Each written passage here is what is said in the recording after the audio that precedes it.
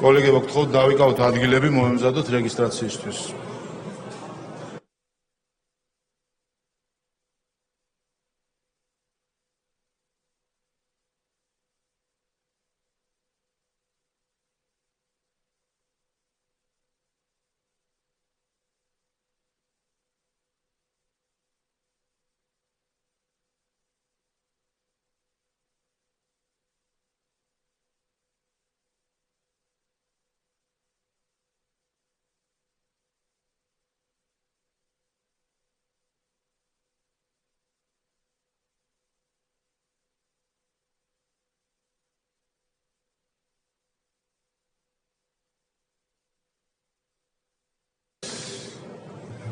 დავიკავოთ ადგილები, კოლეგებო, მოემზადოთ რეგისტრაციისთვის, გთხოვთ ჩართოთ რეგისტრაციის რეჟიმი. ყურადღება მიმდინარეობს რეგისტრაცია.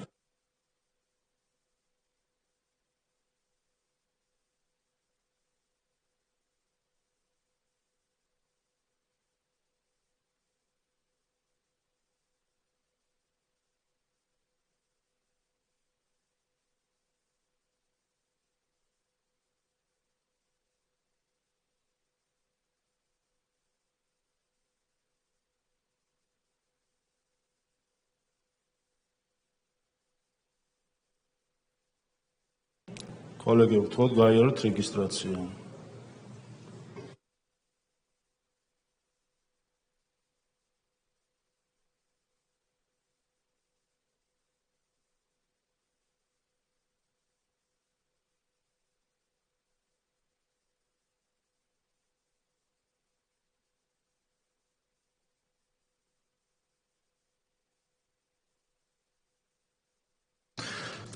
რეგისტრაცია გაიარა პარლამენტის 90 წევრმა, კვორუმი არის სტომა გახსნილია.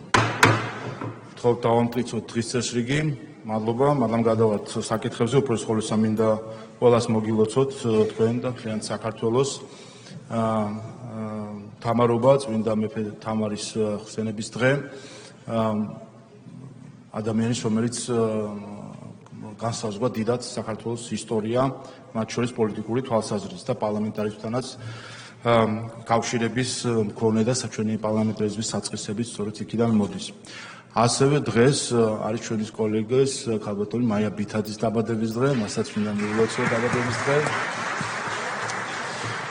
მინდა მივესალმო სტუმრებს, მადლობა გადაუხადო პრემიერ-მინისტრს, მთავრობის წევრებს, მადლობა გადაუხადო ავტონომიის წარმომადგენლებს, თბილისის საკრებულოს თავმჯდომარეს, მადლობა მინდა გადაუხადო კონსტიტუციურ ორგანოების და სხვა სახელმწიფო ორგანოების ხელმძღვანელებს და რა თქმა უნდა მადლობა მინდა გადაუხადო საქართველოს მართლმადიდებელი ეკლესიის წარმომადგენლებს მობრძანებისთვის.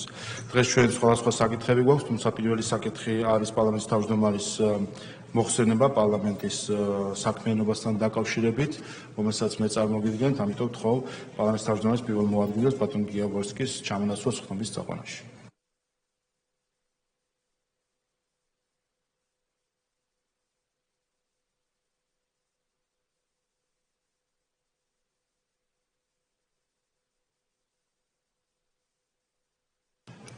მაშასე მეგობრებო, ვისმენთ საქართველოს პარლამენტის თავმჯდომარის მოხსენებას პარლამენტის საქმიანობის ყოველწლიური ანგარიშისა და მომდევნო წლის სამოქმედო გეგმის თაობაზე. ბატონ შალვა, გთხოვთ ტრიბუნასთან. მადლობა ბატონ თავმჯდომარე. მოგესალმებით თვითფასო პარლამენტის წევრებო, მივესალმები პრემიერ-მინისტრს, მთავრობის წევრებს, მივესალმები ავტონომიური რესპუბლიკების წარმომადგენლებს, მივესალმები თბილისის საკრებულოს თავმჯდომარეს, მივესალმები კონსტიტუციური ორგანოების ხელმძღვანელებს, სახელმწიფო უწყებების ხელმძღვანელებს, მივესალმები ჩვენი მართლმადიდებელი ეკლესიის წარმომადგენლებს. გილოცავთ თამარობას, ხსენებას ჩვენი უდიდესი მეფისა, რომელიც მართლთაგან ყველაზე მეტად შეიყვარეს ჩვენმა წინაპრებმა მისი საქმეების გამო. თითოეულ თქვენგანს ადგილზე დაგხვდათ წინამოწვევის საქართველოს პარლამენტის საქმიანობის ანგარიში 2024 წლისთვის. სადაც თქვენც და საზოგადოებასაც შესაძლებლობა გაქვთ გაეცნოთ ჩვენს გავლილი საკანონმდებლო თუ საზრდამხედველო საქმიანობას, როგორც შინაარსობრივ, ისე სტატისტიკურ ჭრილში. თუმცა დღეს სურს წარმოგიდგინოთ არა მხოლოდ გასული წლის, არამედ მთლიანად მეათე მოწვევის პარლამენტის ანგარიში და აქცენტი გავაკეთო იმ პოლიტიკურ ფაქტორებსა და ქარტეხილებზე, რომელთა გამკლავებაც მოგვიხდა ყველას ერთად. მეათე მოწვევის პარლამენტი მართლაც იქცა შემოbrunების წერტილად უახლეს ქართულ ისტორიაში, რადგანაც ის სუვერენიტეტის განმტკიცების და ეროვნული ინტერესების დაცვის მტკიცე და გაბედულ კრებულს წარმოადგენდა. ამ კრებულის თითოეული ყოფილი თუ მოქმედი წევრი უნდა ამაყობდეს საქართველოს დაცვასა და წინსვლაში შეტანილი წვლილით. მეათე მოწვევის პარლამენტის მიერ განვლილი 4 წელი ახსოვსე იყო წინააღმდეგობებით, უცხო გავლენებითა და შიდა საქმეებში ჩარევით, დესტრუქციული ჯგუფების მიერ სახელმწიფო საფუძვლებზე რყევით, ინტერეს ჯგუფების მიერ პოლიტიკური ფრონტის გახსნით, ღალატით, დივერსიით და მტრისა თუ მოყურის მიერ დაგებული ხაფანგებით. თუმცა ყველაზე მეტად სწორედ ამ რთულ დროს გამოჩნდა ქართველი ხალხის ერთგულება, სიბრძე და ნდობა. ამიტომაც იქცა განვლილი პერიოდი შემოbrunების წერტილად. თუ კი რაიმე გასდევდა წითელ ხაზად წინამოწვევის პარლამენტის საქმიანობას, ეს იყო ქვეყნის განვითარების ჩარხის უკუღმა დატრიალების, არეულობის დათესვის და რევოლუციების მცდელობების კასკადი, რომლითაც ჩვენი საზოგადოების დაზიანება განიზრახეს, თუმცა შედეგად უფრო გამოწრთობილი, თავდაჯერებული და დაბრძენებული საზოგადოება მიიღეს. იმისთვის რომ გავიაზროთ თუ როგორ შევძლებთ ეს, უნდა გავიხსენოთ თუ რა გამოიარეთ ჩვენ საზოგადოებასთან ერთად. რევოლუცია, მცდელობა ნომერი 1, პარტიების რევოლუცია. ყველაფერი დაიწყო 2020 წლის წინასაარჩევნო კამპანიისას, როდესაც ქართული ოცნება ღიად და პირდაპირ იღებდა მინიშნებებს, რომ მიუხედავად საარჩევნო შედეგისა თუ ხალხის ნებისა, უნდა დაეთმო ხელისუფლება. თქვენ გახსოვთ 2 ვადის ამოწურვის შესახებ კამპანია, უცხო ქვეყნების ელჩების დემოკრატიის გაკვეთილები კოალიციური მმართველობის სიკეთეებზე და მსგავსი მინიშნებები. 2020 წლის 31 ოქტომბრის არჩევნებში ქართულმა ოცნებამ დამაჯერებელი გამარჯვება მოიპოვა, რომელსაც ნაცმოძრაობის ირგვლივ კონსოლიდირებულმა ოპოზიციამ ტრადიციულად გაყალბებული უწოდა. ჩვენ ვიხილეთ რამდენიმე კვირიანი კამპანია, დემონსტრაციები და ცესკოსთან გამართული პროტესტი, რომელიც NGO სამართლიანი არჩევნების გაყალბებულ პარალელურ დათვლის შედეგებს ეფუძნებოდა. მეათე მოწვევის პარლამენტი 2020 წლის 11 დეკემბერს შეიკრიბა და დაანონსა, რომ შექმნიდა საგამოძიებო კომისიას, რომელიც სხვა საკითხებთან ერთად პარალელური დათვლის შედეგების გაყალბების საკითხსაც შეისწავლიდა. იმავე დღეს საპარლამენტო გამოძიებით შეშინებულ სამართლიან არჩევნებს საკუთარი ტყუილის საჯაროდ აღიარება მოუწია. მოგვიანებით კი სხვა აღიარებაც მოვისმინეთ, რომ ყალბი შედეგების გავრცელებაში სამართლიანი არჩევნების დონორი ამერიკის შეერთებული შტატების განვითარების სააგენტოს USAID იყო ჩართული. ეს იყო პირველი შემთხვევა, როდესაც ქართულმა საზოგადოებამ ამხილა ის, რაც 4 წლის შემდეგ ამერიკის შეერთებული შტატების ახალმა ადმინისტრაციამ გამოაშკარავა. კერძოდ ის, რომ USAID გამოიყენებოდა ხელისუფლების დესტაბილიზაციისთვის და სახალხო დემოკრატიის გარედან მართული დემოკრატიით ჩანაცვლებისთვის. მაშინ, როდესაც ახლად არჩეული პარლამენტის პოლიტიკური გუნდი არჩევნების გაყალბების მითის ბოლომდე გაბათილებით იყო დაკავებული, 2021 წლის თებერვალში ვიხილეთ გიორგი გახარიას შესრულებით დადგმული სპექტაკლი, რომელმაც ჯერ ერთ დღეს ნიკა მელიასთვის სადეპუტატო იმუნიტეტის მოხსნა კატეგორიულად მოგთხოვა, მეორე დღეს კი, როცა დაპირებისამებრ ეს გადაწყვეტილება უნდა აღესრულებინა, ერთი სელფი გადაიღო და წავიდა. რაც უნდა ყოფილიყო წავიდა, რაც წარმოსახვით ალამუტში გამაგრებული რადიკალების ცეცხლზე ნავთის დასხმა უნდა ყოფილიყო. იმ დროისთვის თითქოს ამ მოუხსნელ ნაბიჯზე პასუხი საზოგადოებამ სულ ახლახან საგამოძიებო კომისიის მიერ მისი გამოკითხვის შედეგად მიიღო, როდესაც მას ტყუილის რამდენიმე მცდელობის შემდეგ მოუწია ეღიარებინა, რომ სახელმწიფოს ამომრჩეველს პოლიტიკურ გუნდს უღალატა და ეს ღალატის აქტი ჩაიდინა ხელისუფლების ჩამოშლის მიზნით ერთ-ერთ ელჩთან შეთანხმებით. საბედნიეროდ მისი და მისი მრჩევლის გათვლა ამჯერადაც მცდარი აღმოჩნდა. თუმცა აშკარა გახდა, რომ ზეწოლა კიდევ უფრო სახიფათო ფორმებს მიიღებდა. სწორედ ამიტომ 2021 წლის გაზაფხულზე ქართული ოცნება დათანხმდა შარლ-მიშელის შუამავლობით წარმართულ პოლიტიკურ პროცესში მონაწილეობას, რომელიც პარტიების მცირე ნაწილთან შეთანხმებით დასრულდა.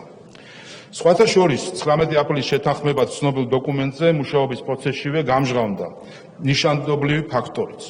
აღმოჩნდა, რომ მედიატორად მომუშავე ევროპელი და ამერიკელი მეგობრები საკუთარ მანდატს თავისებურად აღიქვამდნენ და მათი მიზანი იმაზე მეტი იყო, ვიდრე უბრალოდ ორ მხარეს შორის შუამავლობა. შეთანხმების ტექსტში ჩნდებოდა პუნქტები, მაგალითად, გენერალური პროკურორის არჩევისთვის კვალიფიციური უმრავლესობის მოთხოვნა, რასაც იქ და მაშინ არც ერთი პარტია თუ NGO არ ითხოვდა.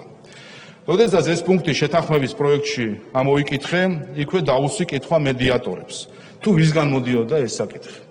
პასუხად დუმილი იყო. მოგვიანებით ამ საკითხზე ოპოზიციურ პარტიებს და NGO-ებსაც ჩავეძიენ. ყველა უარყოფდა, რომ მათ ეს მოთხოვნა დააყენეს. ეს იყო პირველი ინდიკატორი, რომ ის, ვინც თავს მიუკერძოებელ შუამავლად გვაჩვენებდა, სინამდვილეში საკუთარი დღის წესრიგით მოქმედი პოლიტიკური აქტორი იყო. ეს ეპიზოდი უცხო გავლენისა და ინტერესის კარგად დოკუმენტირებულ შემთხვევად იქცა, რომლის მომსწრეც და მონაწილეც თავად ვარ. რევოლუცია, ცდელობა ნომერი 2, მედია მუშაკთა რევოლუცია. შეთანხმების მიუხედავად რადიკალური ოპოზიციის მთავარმა ბირთმა უარი თქვა დოკუმენტის ხელმოწერასა და პარლამენტში შესვლაზე. მითიც გააგრძელა პოლიტიკური პოლარიზაციის პროცესი და კრიზისული ვითარების ესკალაციის მცდელობა, რომლის გამოყენებაც სწორედ თვითმმართველობის არჩევნებზე უნდა მომხდარიყო. სწორედ ამიტომ ქართულმა ოცნებამ 2021 წლის ივლისის ბოლოს 19 აპრილის შეთანხმება დატოვა და საარჩევნო კამპანია დაიწყო. აპრილისა და აგვისტოს შუალედში საზოგადოებრივი გახეთქილება მორიგ ჯერზე სცადეს უმცირესობების უფლებათა თემის მანიპულირებით, LGBT მარშებით, რაც ძალადობრივ პროცესში გადაიზარდა, ხოლო რუსთაველის პროსპექტის ავანსცენაზე პოლიტიკურ აქტივისტებად ქცეული მედია მუშაკები გამოჩნდნენ. 2020 წელს ჩავარდნილი პარტიების რევოლუცია 2021 წელს მედია მუშაკთა გუგუნმა შეცვალა. მიუხედავად შარლ-მიშელის შეთანხმების გაუქმებისა, 53%-იანი ბარიერი, რომელიც უნდა გადაელახა ქართულ ოცნებას, 2021 წლის არჩევნებზე სიმბოლური თამასის მნიშვნელობას მაინც ატარებდა. ყველას გვახსოვს, როგორ მოაწერინეს უკვე ანულირებულ შეთანხმებაზე, ანუ ფარატინა ქაღალდზე, ხელი ნაციონალურ მოძრაობას, მხოლოდ იმისთვის, რომ ევროკავშირის მაშინდელ ერთს სავარძელში მედიდურად ჩამჯდარს ვიდეო მიმართვით ერისთვის ეცნობებინა, რომ შეთანხმება ახლა სრულად ძალაშია და ბარიერის დამოკლეს מחვილიც ჰაერში ჩამოჰკიდა. რევოლუცია მცდელობა ნომერი 3, არაჟნის რევოლუცია.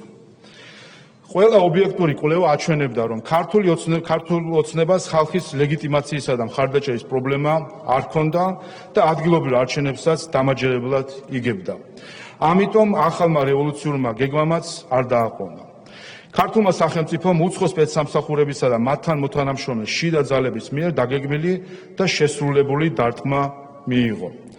არჩევნებამდე 2 დღით ადრე უკრაინის სამხედრო დაზვერვის სამსახურმა ქვეყანაში არაჟნის კონტეინერით შემოაპარა მიხეილ სააკაშვილი, რომლისთვისაც გამზადებული ჰქონდათ არჩევნების შედეგის გამოქვეყნებისთანავე რევოლუციური პროცესის დაწყების სცენარი. ფაქტების ქრონოლოგიისთვის ისიც უნდა ითქვას, რომ უცხოური სპეცსამსახურების დახმარებით საქართველოში შემოპარვამდე რამდენიმე დღით ადრე სააკაშვილი ბრიუსელის კორიდორებში დადიოდა და შეხვედრებს მართავდა. რევოლუციის ეცვლილობაც ჩავარდა. სახელმწიფოს უსაფრთხოების სტრუქტურებმა სააკაშვილი არჩევნების წინა ღამეს დააკავეს. მავრმა თავისი საქმე ვერ გააკეთა, თუმცა მავრი მაინც სასარგებლო აღმოჩნდა.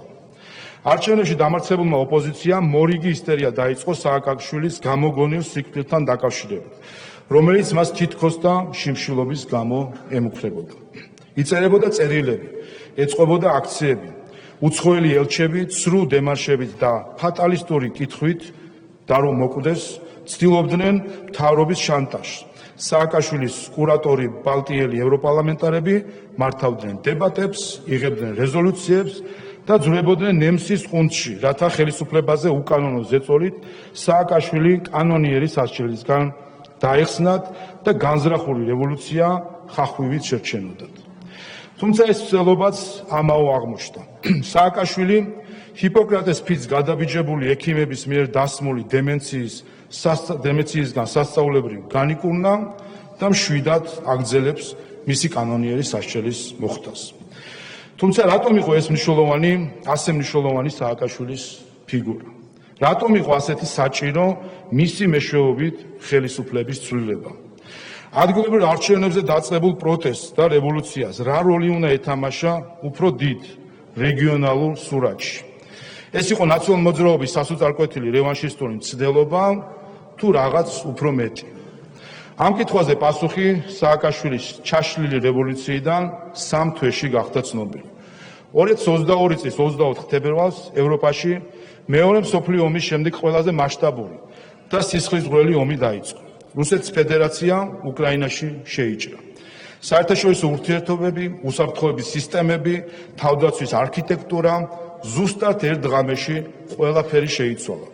დასავლეთი და რუსეთი ხანგრძლივ ომში აღმოჩნდნენ ჩართული. საქართველოს მოსახლეობას და ჩვენ ყველას კარგად გვესმოდა, რას ნიშნავდა ეს ომი საქართველოსთვის. დაწყებული ომის მასშტაბი სულ იოლად გადმოგვწდებოდა და რუსული ტანკი არაერთხელ გაკვალულ გზას კიდევ ერთხელ გამოივლიდა.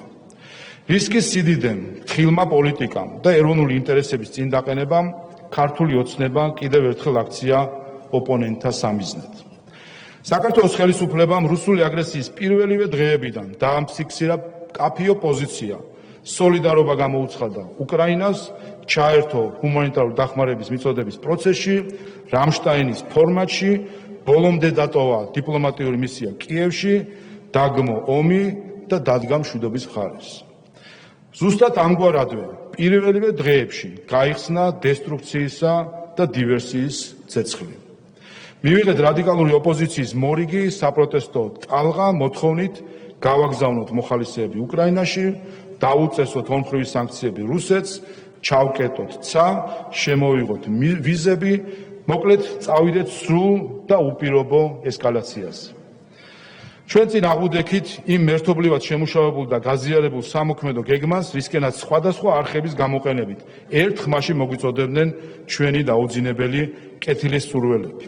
დახულ შეხვედრებზე ყველა ეს გზავნილი გაცილებით პირდაპირი, ღია და ცალსახა იყო. ამას ალაპარაკებდნენ დიპლომატებს და ამას გვეუბნებოდნენ ვიზიტად მოვლენილი ემისრები. ამას იმეორებდნენ გარედან მართული პარტიები და უცხო ინტერესების გამტარებელი NGO-ები. გამოვიყენოთ შესაძლებლობის ფანჯარა. თუ საომარია, უნდა ვიომოთ. დადექით ისტორიის სწორ მხარეს. ბომბების ცეცხლის ჯობს სირცხვილისგან წვავს. მერე რა თუ ომი დაიწყება, რუსეთი სრულად მაინც ვერ გაგაკონტროლებთ. იცვლებოდნენ გზავნილის გამხმარებლები, თუმცა არ იცვლებოდა მთავარი გზავნილი, რომელიც თითქოს ერთი სახელმძღვანელოდან იყო ამოკითხული. საქართველოში მეორე ფრონტი უნდა გახსნილიყო. ხომ დაუჯერებელია დღეს ამ გზავნილების მოსმენა. ჩვენს ოპონენტებს ხომ ასევე არ ჯეროდათ, როდესაც საქართველოს პრემიერ-მინისტრი და ქართული ოცნების საპატიო თავმჯდომარე იდენტურ ამბებს ყვებოდნენ საქართველოს მთავრობაზე ზეწოლის შესახებ. ეს მოწოდებები პირდაპირ იყო მიმართული საქართველოში მოვლენათა ისეთი განვითარებისკენ, რომელსაც საბოლოო ჯამში სამხედრო ავანტიურა და მეორე ფრონტის გახსნა უნდა მოეტანა. თუმცა ეს არ გამოვიდა საქართველოში და ამიტომ ამ გეგმას მოგონილი დაარქვეს. კი მაგრამ არ გაიხსნა მეორე ფრონტი რუსეთ-უკრაინის ომში? არ ვნახეთ ეს ფაქტი? აბა გავიხსენოთ კურსკის ოპერაცია, როდესაც უკრაინამ რუსეთის ფედერაციის ტერიტორიის ნაწილი დაიკავა ზუსტად იმ მიზნით, რომ რუსული ძალების გადასვლა მომხდარიყო ძირითადი ფრონტიდან მოშორებით და ამით შემსრულებულიყო სამხედრო ზეწოლა. შევხედოთ კურსკის ოპერაციის მასშტაბს. 15,000 ჯარისკაცი უკრაინის მხრიდან, 60,000 ჯარისკაცი რუსეთის მხრიდან და გავიხსენოთ 2008 წლის ომის მონაცემები. მასშტაბი 1:1-შია. სწორედ ეს კურსკი უნდა მომხდარიყო საქართველოში, რომელიც ბევრად უკეთესი პოლიგონი იქნებოდა პოლიტიკური მიზნების თვალსაზრისით. კიდევ ერთი მსხვერპლის სახელმწიფო, კიდევ ბევრი მგლოვიარე ქალი და ცრემლიანი ბავშვი, რაც დამატებითი წრეხი იქნებოდა სამხედრო დახმარებაზე მოყოყმანე ქვეყნებისთვის. ახლა კი დავფიქრდეთ, რა მოხდებოდა არაჟნის რევოლუციის გეგმა რომ განხორციელებულიყო და მომს ხელისუფლებაში ის ეგრეთ წოდებული გულწრფელი მოქალაქეები დახვედროდნენ, ვინც უკრაინაში დაწყებული ომის პარალელურად უკრაინულ დროშაში გახვეულები რუსთაველიდან მეომრების გაგზავნას, ცის ჩაკეტვას და სანქციების დაწესებას მოითხოვდნენ. ხომ შევიდნოდნენ იმ ესკალაციის სპირალში, რომლის ბოლოშიც გარანტირებულად ომია. ხომ მოხდებოდა აქ კურსკი, ხომ იქნებოდა აქ მეორე ფრონტი. ეს სცენარი ავარიდეთ ჩვენს ქვეყანას და სწორედ მეათე მოწვევის პარლამენტი ჩადგა ამ პოლიტიკური თავდაცვის ღონისძიების ავანგარდში. რევოლუცია, მცდელობა ნომერი 4, NGO-ების რევოლუცია. ჯერ კიდევ პირველი იერიშების მოგერიების რეჟიმში მყოფმა უკრაინამ 2022 წლის 28 თებერვალს ევროკავშირის წევრობაზე განაცხადი შეიტანა. მის მაგალითს შექმნილ ვითარებაში მოლდოვამ და საქართველომაც მივბაძეთ. 23 ივნისს უკრაინას და მოლდოვას ევროკომისიამ წევრობის სტატუსი, კანდიდატობის სტატუსი მიანიჭა, საქართველო კი, რომელიც ყველა პარამეტრით ორივე ქვეყანას უსწრებდა და დღემდე უსწრებს, უსტატუსოდ დატოვა. ერთადერთი შედეგი, რაც ამ პოლიტიკურად მოტივირებულმა გადაწყვეტილებამ მოიტანა, ეროვნული ინტერესების საპირისპიროდ და საომარი დღის წესრიგის სასარგებლოდ რადიკალური მოძრაობის წახალისება იყო. პარტიების და მედიების წარუმატებელი რევოლუციის შემდეგ რუსთაველის სცენა ამჯერად NGO-მა დაიკავეს და მორიგი რევოლუციური სცენარიც ამუშავდა. წინა პლანზე გამოვიდნენ ძალები, რომელთა შესახებაც ევროკავშირის წევრობის კანდიდატის სტატუსის მოთხოვნებში ეწერა, რომ ხელისუფლების ყველა დონეზე გადაწყვეტილების მიღების პროცესში უნდა ყოფილიყვნენ ჩართულები და ყველაფერი მათი მონაწილეობითა თუ შეფასებით უნდა გაკეთებულიყო. მათაც ამ წაქეზებით გათამამებულებმა არ დააყოვნეს და მოითხოვეს პარლამენტმა გადააყენოს მთავრობა, ხოლო ახალი მთავრობა დაკომპლექტდეს NGO-ების მონაწილეობით, სადაც მათ ვეტოს უფლება ექნებოდათ. NGO-ები, რომლებიც ტრადიციულად მხოლოდ დონორების კეთილგანწყობაზე ფიქრობენ და ხალხთან კონტაქტი არ აქვთ, რა თქმა უნდა, აქაც აცდნენ საზოგადოების განწყობას და რევოლუციის ეს მცდელობაც ჩაიშალა. თუმცა უცხოეთიდან დაფინანსებული ორგანიზაციების ხელისუფლებისთვის ბრძოლის სცენაზე აყვანა დონორებისთვის ჩვენნაირად გახსნილი ქვეყნისთვისაც კი უკვე მეტისმეტი იყო. არაერთ შეხვედრაზე ქვეყნის შიგნით თუ გარეთ ჩვენ საუბრობდით იმაზე, რომ სხვა ქვეყანაში ფულის ხარჯვა მხოლოდ ბუღალტერია არ არის და დონორებმა მათი დაფინანსებული NGO-ების ქმედებებზე პასუხისმგებლობა უნდა იგრძნონ. ამისთვის ყველაზე მარტივი გზა კი დაფინანსების გამჭვირვალობასა და ქართველი ხალხის წინაშე ანგარიშვალდებულებაში იყო. თუმცა პასუხად ყრუ კედელს ვაწყდებოდით. დონორები კონცენტრირებული იყვნენ საკუთარ გეგმებზე, ქართველი ხალხის წუხილი კი მათთვის მეორეხარისხოვანი აღმოჩნდა. რევოლუცია, მცდელობა ნომერი 5, დონორების რევოლუცია. დონორების მხრიდან ფულის ხარჯვის შედეგებზე პასუხისმგებლობის თავიდან არიდების ფონზე ერთადერთ გზად დარჩა ამ საკითხის საკანონმდებლო რეგულაცია.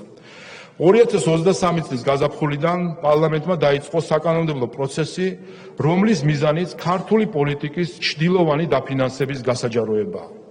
არ შეიძლება რომელიმე სახელმწიფო მილიონობით დოლარის ხარჯვით გავლენას ახდენდეს უცხო საზოგადოების ცხოვრებაზე და უმალავდეს ამ საზოგადოებას თუ რას და რისთვის ხარჯავს. სხვა სახელმწიფოს მიმართ ამგვარი მეორეობითი დამოკიდებულება, მესამე სამყაროს და ბანანის რესპუბლიკის კატეგორიებით აზროვნება მე-20 საუკუნეს ჩაბარდა. გამჭვირვალობის შესახებ კანონმა და მის გარშემო აგორებულმა მოვლენებმა ლაკმუსის ქაღალდის როლი შეასრულა. 2023 წელს რევოლუციური მოძრაობის ესტაფეტა პირდაპირ უცხოელმა პოლიტიკოსებმა და დონორებმა ჩაიბარეს და წინა პლანზე გადმოინაცვლეს. სწორედ ამიტომ შეარქვა ერთ-ერთმა ელჩმა პირველმა გამჭვირვალობის ქართულ კანონს რუსული. სწორედ ამიტომ შეგვირაცხეს გმირად ადამიანი, რომელმაც სხვა ადამიანის მოლოტოვის კოქტეილით დაცვას სცადა. სწორედ ამიტომ დაარქვეს ქვის სროლას მშვიდობა, ხოლო ქვის მსროლელის დაკავებას ომი. მაგრამ როგორც მოლოტოვის კოქტეილია უცხო და მიუღებელი ჩვენი საზოგადოებისთვის, ისევე უცხო და მიუღებელია ჩვენი ქვეყნის ბედის უცხო კურატორებისთვის გადაბარება. ჩვენ პროცესში შევანელეთ და ამიტომ რევოლუციის შესაძლებლობაც ჩავარდა. 2023 წელს ყველა ის უცხო თუ შიდა აქტორი, რომელიც საქართველოში საპარლამენტო არჩევნებზე ზემოქმედებას მოახდენდა, გამოვლენილი და გამოაშკარავებული იყო. სწორედ ამიტომ 2024 წელს ჩვენ გავიარეთ საარჩევნო კამპანია უპრეცედენტო უცხოური ჩარევის ფონზე. ჩვენ გვითხრეს, რომ ეს იქნებოდა ფინალური ბრძოლა. ყველა ერთის წინააღმდეგ. ეს იქნებოდა რეფერენდუმი. კოლექტიური ნაცმოძრაობა, მსხვილი თუ წვრილი NGO-ები, აქტივისტი მედია მუშაკები, დესტრუქციული პარტიული მედია არხები, ტრენინგ-გავლილი მზა დემონსტრანტები, უცხოელი დონორები და დიპლომატები, ყველა ერთად წარმოდგნენ რეფერენდუმად მონათლულ არჩევნებზე. მიმავალი და ყალგასული პრეზიდენტით სათავეში. ცალფეხზე დგომის უცხო ინტერესების შესატყვისი ევროპერსპექტივის ქავალში შეფუთული დღესასწაული დაუპირისპირდა ნამდვილ ქართულ ეროვნულ ინტერესებზე აგებულ მშვიდობისა და კეთილდღეობის დღესასწაულს, რომელსაც ქართული ოცნება განასახიერებდა. საბედნიეროდ ისტორიის გაკვეთილებსა და ღრმა ცივილიზაციური მეხსიერების მქონე ქართველმა ერმა ამომრჩეველთა სრულმა უმრავლესობამ ზუსტად დაინახა თუ სად იყო ჭეშმარიტება, სიმართლე და ქვეყნის ნამდვილი ინტერესი. დაინახა და სწორი არჩევანიც გააკეთა. ძალა ერთობაშია, სიკეთე ამთლიანებს, ბოროტება კი ყოფს. ისტორიულად საქართველოს დამარცხების ფორმულა სწორედ ეს იყო, ჩვენი დაქუცმაცება და გათითლკაცება. ეს პოლარიზაცია ამჯერადაც უცხოეთმა მოგვახვია თავს. მათი კანვასური თუ USAID-ური პროპაგანდა, სიძულვილი თუ დაკანონებული ძალადობა ლამისამ მთლიანად ევროკავშირთან გაიგივდეს. ხოლო ამ ტრაგიკულ მოცემულობაში სწორედ ევროკავშირის ქვეყნის ზოგიერთ პოლიტიკოსსა და დიპლომატს მიუძღვნის პირდაპირი წვლილი. მივიღეთ პარადოქსი, რომ დღეს ქუჩაში ძალადობა ევროკავშირის დროშაში გახვეული დადის. ასეთ ვიდარებაში გამარჯვების ფორმულაა ერთობა, სიმტკიცე და რწმენა. შენი ქვეყნის, შენი ხალხის, შენი ისტორიის და ჩვენს გადამწყვეტი ბრძოლა მოვიგეთ. მე-10 მოწვევის პარლამენტი იქცა შემოbrunების წერტილად, როდესაც ჩვენ ქვეყნის განვითარების ქვაკუთხედად ეროვნული ინტერესები ვაქციეთ, ხოლო პოლიტიკური გადაწყვეტილების მიღების წესად სიბრძნით მოქმედება. სიბრძნე კი ისაა, გზა მანამდე დაინახო, სანამ ურემი გადაბრუნდება. სწორედ ეს შევძელი ჩვენ არც ურემი გადავაბრუნეთ და არც ქვეყნის ჩარხი დავატრიალეთ უკუღმა. ეს მისია დღეს მე-11 მოწვევის პარლამენტმა გადმოიბარა. დღეს ჩვენ ვაგრძელებთ დაწყებულ საქმეს და ქვეყნის ინტერესების შემდგომ მსახურებას. ქვეყნის გამთლიანება და თითოეული ჩვენი მოქალაქის კეთილდღეობა არის ჩვენი ორი უმთავრესი ეროვნული ამოცანა. ყველა სხვა მიზანი, განზრახვა და მისწრაფება ამ ორი საზომით გაიზომება. ამ საქმეში ღმერთი იყოს ჩვენი მფარველი. მადლობა.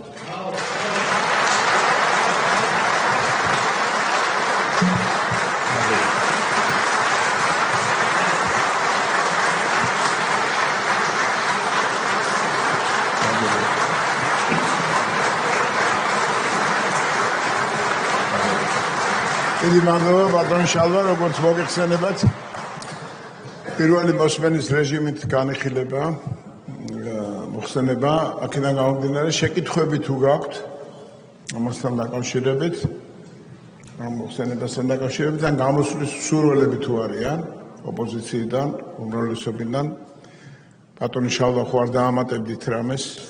არ კიდევ ერთხელ დიდი მადლობა, მინდა მადლობა გადავხადო მე-10 მოწვევის პარლამენტს იმ როლისთვის, რომელიც მან შეასრულა და ზუსტად ამ სულისკვეთებით მე-11 მოწვევის პარლამენტის გააგრძელებს თავის საქმიანობას. მადლობა თქვენ. მაშასებ მაცხადებთ 10 წუთია ტექნიკურ შესვენებას და შემდეგ გავაგრძელებთ მუშაობას. დიდი მადლობა.